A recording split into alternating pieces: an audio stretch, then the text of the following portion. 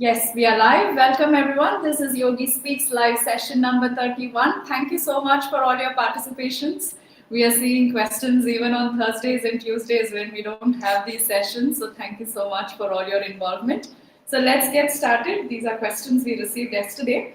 So Guruji, are there any physical signs for a person to understand for oneself that they are on the right track and that they are tuning in or coming in alignment with their soul? Asked by Manisha ma'am.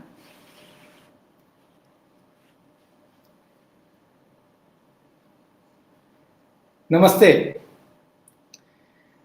Yeah, there are many signs which will, like declare or prove that there are some changes in our meditation, and there cannot be a negative result if you do meditation.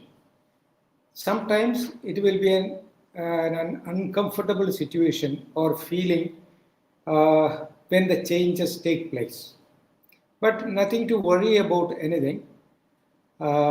These signs must be observed, and if it is pleasant, just acknowledge it and ignore it. If it is unpleasant, just acknowledge it, then attend properly. If you cannot do it alone, discuss with your master that how you are feeling, how to handle it. Definitely, everybody is in need of a support, initially a support to a certain level, because most of our experiences or the transformations in the body and mind will not be comfortably handled by a beginner. Gradually, we will learn how to handle things and how to go beyond all these things. This is what is called neti. Anything, whether it is pleasure, like a pleasure or pain, comfort or discomfort, or some kind of strange feeling or familiar feeling, whatever comes, just say neti, not this, not this. What is next? Keep doing the archana. Focus on that. That is what is called the unconditional meditation or unconditional effort. Just continue your effort in the process of conscious breathing, Sushupna Shwasam or Siddha Pranayama. That's all. So the things which are being shown can be either acknowledged or attended and ignored. This is what we have to do. Thank you so much, Guruji. So next question from Brenda ma'am. What is a way to let someone know when you want to break away from them? You don't want to be intimate with them.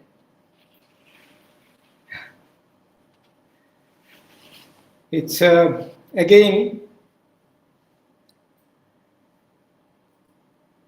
everything is personal. What you feel is your own private feeling. If you are comfortable with somebody, that gives you happiness. If you are uncomfortable with somebody, it will give you some kind of discomfort. So who should take a decision? You alone should take a decision. And one thing I have to tell you very clearly, even though it seems to be selfish, you have to be selfish. Don't take it wrong. What is self-realization? Self-realization is an unconditional effort to analyze who am I. There is no other interference accepted by the law of nature. If you are hungry, your most beloved person cannot eat for yourself. If you are sick, your most beloved person cannot eat a medicine for yourself. So you have to have it by yourself. Same way, if you want to make you comfortable, you have to do it. And most of the time we think, oh, I'm not very comfortable with that person. Will it be okay if I say or I keep myself away from that person, that what he will think or she will think, this is not good. I should be little more compassionate. These are all trick of our mind. Nobody is waiting for you except yourself. Everybody will have a feeling that, oh, if I don't behave properly, that will be a pain for that person.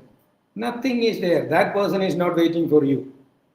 This is your fear that your behavior may lose that person, or your behavior may become a, what we can say, a loss for you. Because I misbehave to somebody or I keep myself a distance from someone else, that person will be busy doing other things which is beneficial for that person.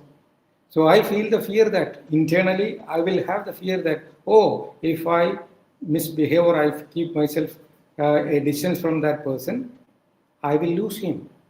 That is the real fear, but I will not accept it. To cover up that fear, I will say, oh, my behavior can make him sad. No, my behavior cannot make anybody weak or sad in this nature. Because nature has already put the immense potential in each and every creation. So nothing is weak or nothing is weaker than you. So be aware of yourself, be responsible of yourself, and react or work the way you should be. Find out and do it for yourself.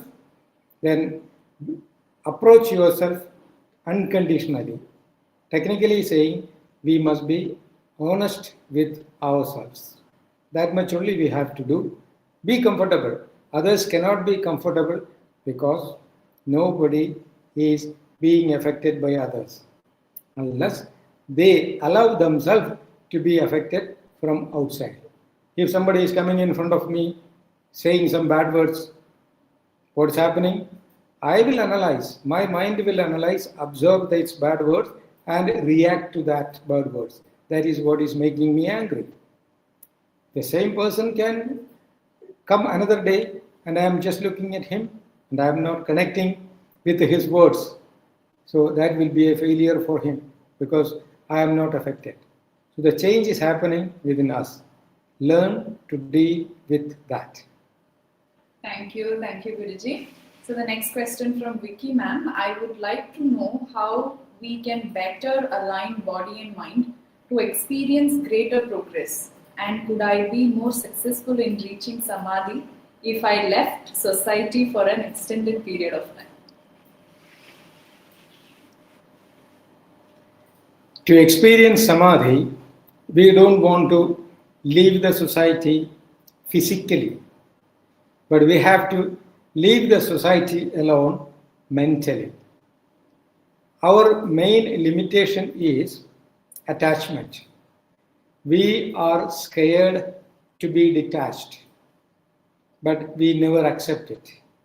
We will interpret that my detachment may make other person unhappy, sad. No, it's a trick. It is a, I don't want to use the word, it is a stupidity. No need to think about others because they are born with immense potential. You may think that, oh, this is very narrow approach. You can define the way you like. Even a newborn baby is having its own cosmic design, which we call destiny, and it has its own way of survival. And nature already provided a mother or a father for that child to be protected. Even though parents are there, according to the destiny, if the child is supposed to get a blood cancer, even when the time of birth, who can stop that? Nature has a comprehensive plan which we call destiny. So accept that reality. If you accept that reality, you are completely detached. What is attachment? The false feeling of possessiveness. You think you have a father, you have a mother, you have a sister, you have your society, you have everything. You have nothing. Technically speaking, by nature, nobody has anything. But everything is being presented for a comfortable exchange of energy designed by nature. You have nothing else to do. Just go with the flow. So, all your possessions, including your body, is not your personal property. It is given to you for a span of time to experience something or interact in nature. But unfortunately, we feel that, oh, this is my body, I should take care of it. This is your body means you are only a custodian, not the owner.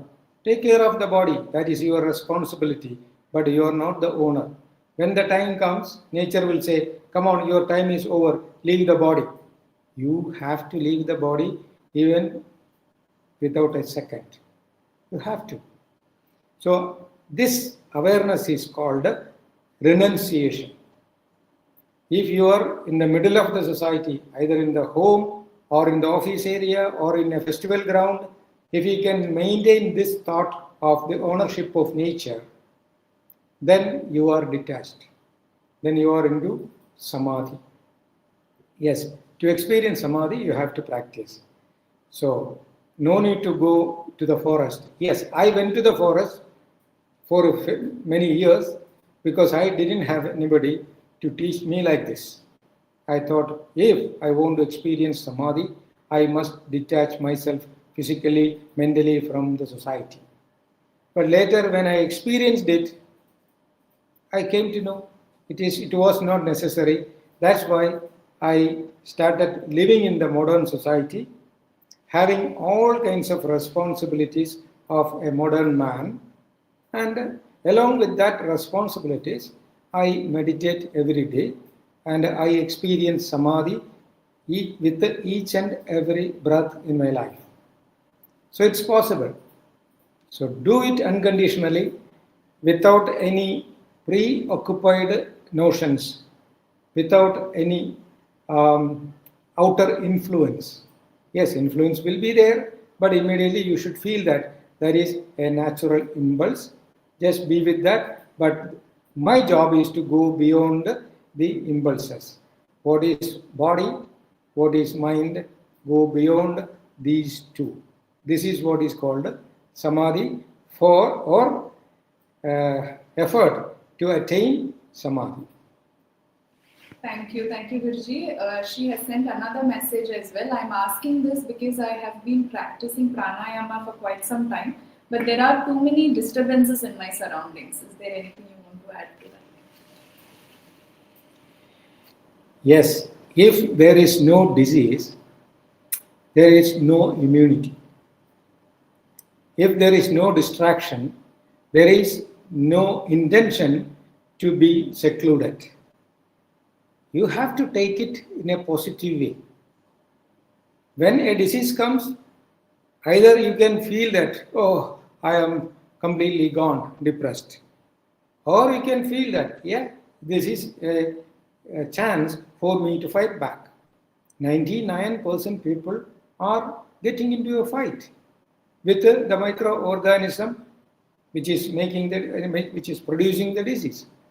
So obstacles comes, distractions comes, take it as an opportunity to go beyond it or to find or to become immune against that distraction. This is the real test. We have to keep fighting. All attempts or all opportunities to get into fight with the law of nature will make you capable of attaining different domains of the nature or the secret of nature. Make use of all opportunities for your benefit. If you feel weak and if you feel that you are disturbed, this is your design. If you feel that one obstacle is my opportunity, go ahead with that. I know you keep holding the breath and thinking that holding the breath will take you to different dimensions. No, that is only a preparation. Holding the breath is pranastambhana, is a beginning, but the archana is the one which will take you to the different dimensions. Please stop imagining the state of samadhi. If you frame that samadhi is a state of voidness, empty mind, or stillness of nature, sorry, there you are trapped. You are desperately waiting for something already your mind imagined for. No, that is Maya. Your target is to go beyond the mind. Beyond the mind, you don't know. So unconditionally, keep doing the Sushumna Shwasam or the Archana. Like there is no specific time even. Okay, as a system, morning or evening or morning and evening, you can do that. But 24 hours, you have to be aware of that. Again, you may think, oh, when I'm sleeping, how can I do it? Daytime, whenever you are awakened, you keep doing it. Muscles will hold the memory of that, which is called muscle memory. Once you install that memory in the tissues, in the cells, then even when you are sleeping, body will keep doing that, which is called involuntary function. Voluntarily, you teach the body, then it will be shifted to involuntary state. This is what we have to get into. Keep doing it. Thank you, Guruji. Next question from Binu sir. Dear Guruji, can you describe the dharma and yogic wisdom that Arjuna spiritually re-established from within himself through the Bhagavad Gita?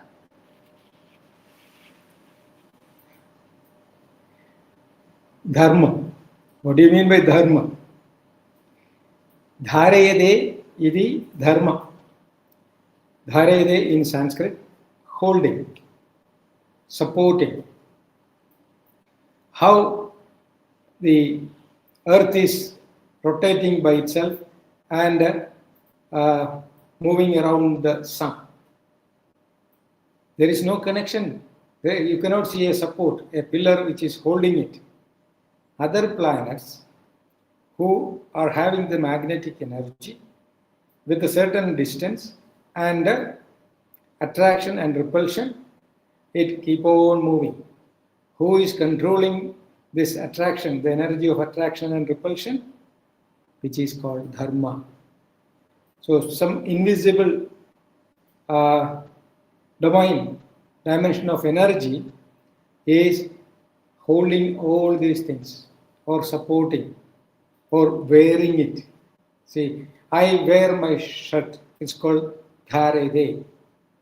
My body is supporting the shirt to be in. So beyond that, we cannot say what dharma is. So the energy or the reality which is existing behind all this manifested world, material world, that is dharma. Then how Arjuna succeeded in dharma bodha, in Bhagavad Gita. He attained that. Gita was explained to only Arjuna. There were 18 Achyaunis participating in the battle on both sides, Kaurava side and Pandava side. Many warriors, powerful guys were there. Bhishma, Drona, Kripa, Duryodhana, Karna. All these guys were the Kaurava side. Pandava side, Drishtadyumna the chief, army chief, then Dharmaputra, Bhima, then Nakula, Sakadeva, many people were there. None of these people is taken to or selected to deliver Gita. Why Arjuna was selected? This is what we have to think. See, when we read the stories or when we read our epic or whatever it is, direct meanings are not there. We have to learn between the lines. Another story is there in Mahabharata. During the time of training for Kauravas and Pandavas when they were children, Dronacharya was training all these children, and once they completed their studies, there was a show of friendly competition. So everybody was performing their strength and efficiency, talent. Everybody was clapping. Yeah, good, good. Bhima was very powerful in mace fight with Duryodhana. Then Dharmaputra was in spear fight. Arjuna was specialized in bow and arrow, archery. That was the most attractive item among all these items. So that was the last item. Like now, when we have Asiad or Olympics, you can see the last item will be athletics. Very, very attractive. Same way, the last item was archery. People were selected for this one, and the target was a long distance. Meadows are there, and in the middle of the meadows, one banyan tree, big banyan tree, and in that banyan tree, a rolling nestle was kept. Then inside that, a artificial, bird. The bird was rotating with the nest, and the eye of the bird was the target. Then what people should do? They have to take the bow and calculate the distance and tighten the bowstring. Then stretch the bow and keep the arrow and get ready to shoot. Once they stretch the arrow and fix the aim, master will ask Dronacharya, do you see the meadows? They say, child will say, yes, I see. Do you see the tree? Yes, I see. Do you see the cave? Yes, I see. Do you see the bird? Yes. Do you see the eye? Yes. No need to send the arrow. He is taken out. He failed this. So everybody came. Finally, Arjuna came. Arjuna tightened the bow, fixed the arrow, stretched the bow, and fixed his target. Guru asked, do you see the meadows? He said, no. Do you see the tree? No. Do you see the nest? No. Do you see the bird? No. What do you see? I see the eye. That was the quality of Arjuna. When he fixed the target, he will see only the target. One-pointed attention, concentration. That was his quality for listening Gita. So, war, the battle between Kaurava and Pandava, actually happening within us. Our positive thoughts and negative thoughts. Both are equally strong. From same origin, Kuru. Kuru is the body. So, Kuru Vamsham is the different feelings and thoughts of same origin. So, Kauravas, according to the story, Kauravas were representing the negative thoughts. Pandavas were representing the positive thoughts. Less in numbers, but victory is with Pandavas. Other side, more in number, but it's the failure is there. Same way, We have positive thoughts, powerful but less in number. Negative thoughts, equally powerful but more in number. Always our mind is engaged into a clash, a battle between positive and negative thoughts.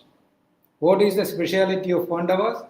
They are being controlled by Krishna, the cosmic consciousness. Five guys, Panchendriyas. They should be and they are really connected to the cosmic consciousness. Other side is Maya, illusion.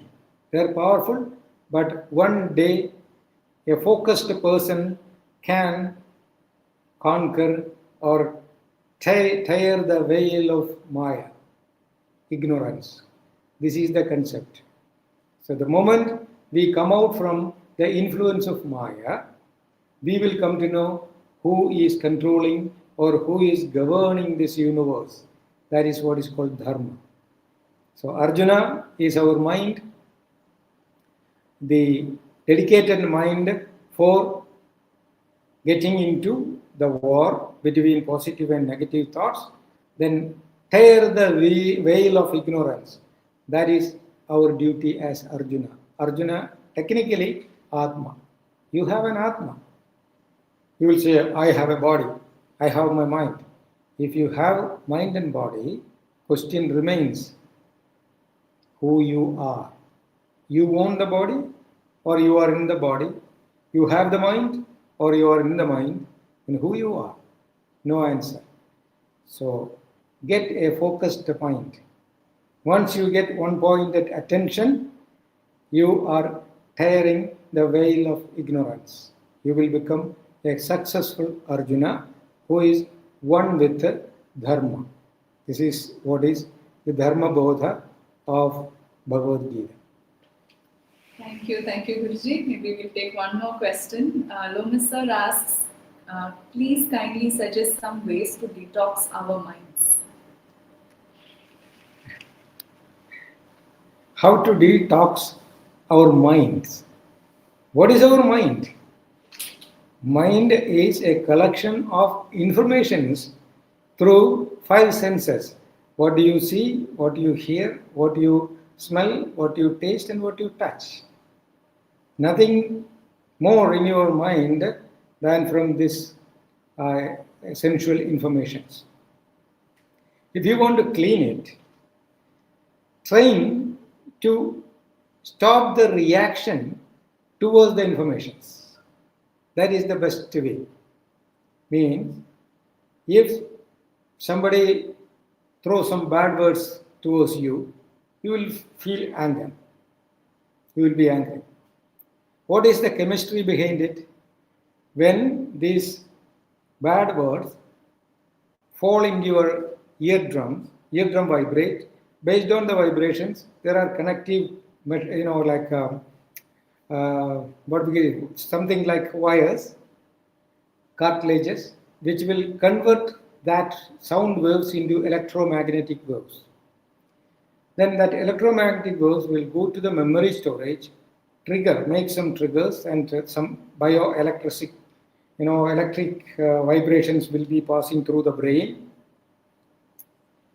Based on that impulses, your neuroplasticity will change.